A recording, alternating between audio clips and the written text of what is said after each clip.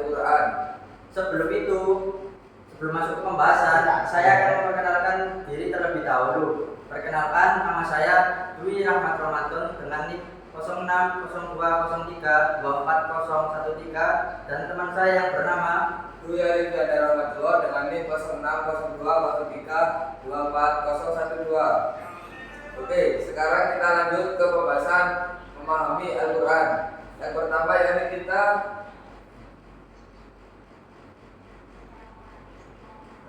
apa itu Al-Quran? Al-Quran adalah kitab suci umat Islam yang diturunkan kepada Nabi Muhammad SAW dan sekaligus menjadi mukjizat terbesar beliau. Al-Quran merupakan pedoman hidup umat Islam yang menjadi sumber dari segala sumber ajaran dan hukum Islam. Al-Quran diturunkan untuk menjadi penyempurna kitab-kitab sebelumnya. Jadi bisa disimpulkan bahwa Al-Quran itu adalah sebuah pedoman hidup manusia. Secara bahasa, Al-Quran itu berasal dari kata qoro'a yang artinya bacaan. Berarti Al-Quran itu juga merupakan suatu bacaan yang dijadikan pedoman untuk umat Islam. Untuk proses turunnya Al-Quran itu ada beberapa tahap. Untuk tahap yang pertama, yakni turunnya Al-Quran adalah secara sekaligus dari Allah SWT dari Allah SWT ke Laul Al-Mahfud, yaitu suatu tempat yang merupakan catatan tentang segala ketentuan dan kepastian Allah. Proses ini disyaratkan dalam surat Al-Buruj ayat 21 sampai 22. Yang bunyinya surat Al-Buruj ayat 21 22 ialah Bismillahirrahmanirrahim. Bal huwa Qur'anun Majid fi lauhin mahfuz, yang berarti bahkan yang didustakan itu ialah Al-Quran yang mulia yang tersimpan dalam tempat yang terjaga, lauh mahfuz. Terus tahapan yang kedua, Al-Quran ini diturunkan dari lauh al-mahfuz ke Bait al-Mizar, yaitu suatu tempat yang berada di langit dunia. Tahap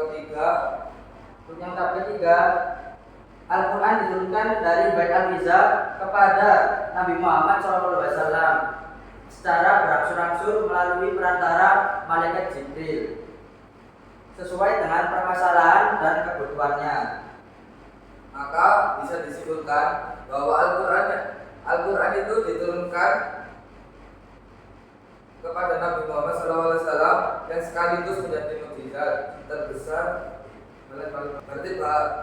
Berarti Al-Quran bisa disimpulkan pada tahap awalnya turunnya Al-Quran itu diturunkan kepada Nabi Muhammad SAW secara berangsur-angsur pada bulan Ramadan. Al-Quran pertama kali turun pada malam 17 Ramadan melalui perantara malaikat Jibril di Gua Hira, Mekah. Al-Quran turun sesuai dengan kebutuhan dan permasalahan yang ada dalam beberapa tahapan, yakni dengan kisah-kisah sahabat-sahabat yang bertanya, dengan itu turunnya Al-Quran juga. Proses ketiga ini disyaratkan di dalam surat Quran surat Asy-Syu'ara ayat 193 sampai 195 yang berbunyi Bismillahirrahmanirrahim. Nazzala bihir ruhul amin ala qalbika litakuna minal munzirin bilisanin arabiyyin mubin, yang berarti dia dibawa turun oleh Jibril atau Ruhul Amin ke dalam hatimu Muhammad agar kamu menjadi salah seorang di antara orang-orang yang memberi peringatan dengan bahasa Arab yang jelas. Untuk sejarah pemeliharaan Al-Quran pada masa Nabi Muhammad SAW, yakni Nabi Muhammad SAW menyuruh para sahabat menghafal ayat Al-Quran, dibaca dan wajib dibaca ketika sholat.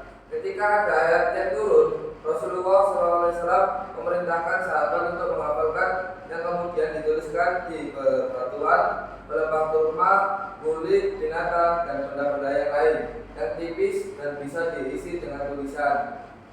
Jadi untuk pemeliharaan Al-Quran pada zaman Nabi Muhammad itu belum dibukukan, masih berupa tulisan-tulisan yang terpisah di pelepah kurma, batuan, terus kulit binatang, tulang, yang pokoknya belum dibukukan.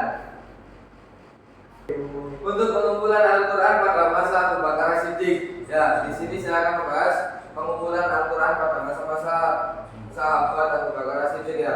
Abu Bakar As-Siddiq memerintahkan Zaid bin Sabit mengumpulkan Al-Quran yang telah ditulis pada zaman Nabi, kemudian ditulis dan disusun dalam satu mushaf. Nah, jadi intinya yang ini mengumpulkan terlebih dahulu baru bisa ditulis atau disusun dalam satu mushaf.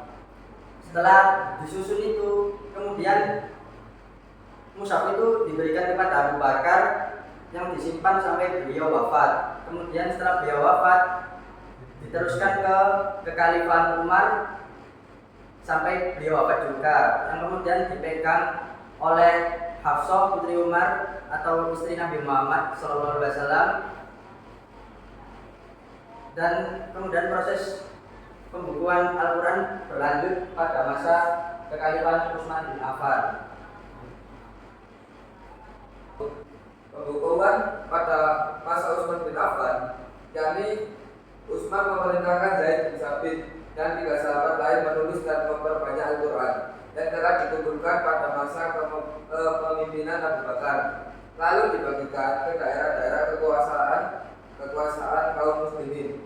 Utsman menyampaikan bacaan Al-Quran menggunakan dialek Quraisy dan kemudian menghancurkan salinan Al-Quran yang lain untuk menghindari perbedaan.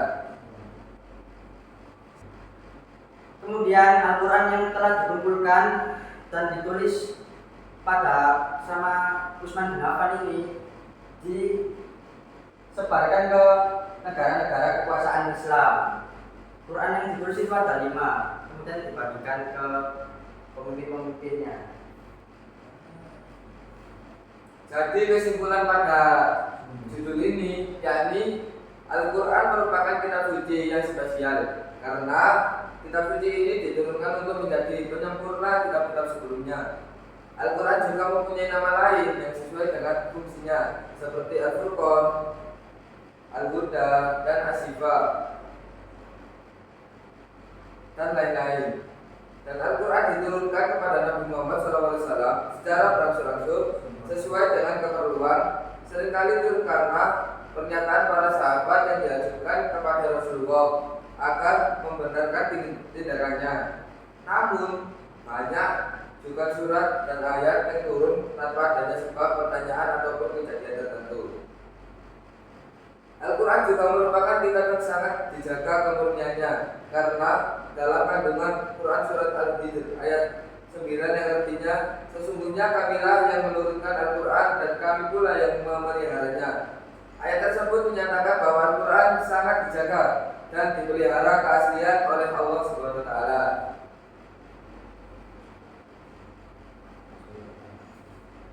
Terima kasih.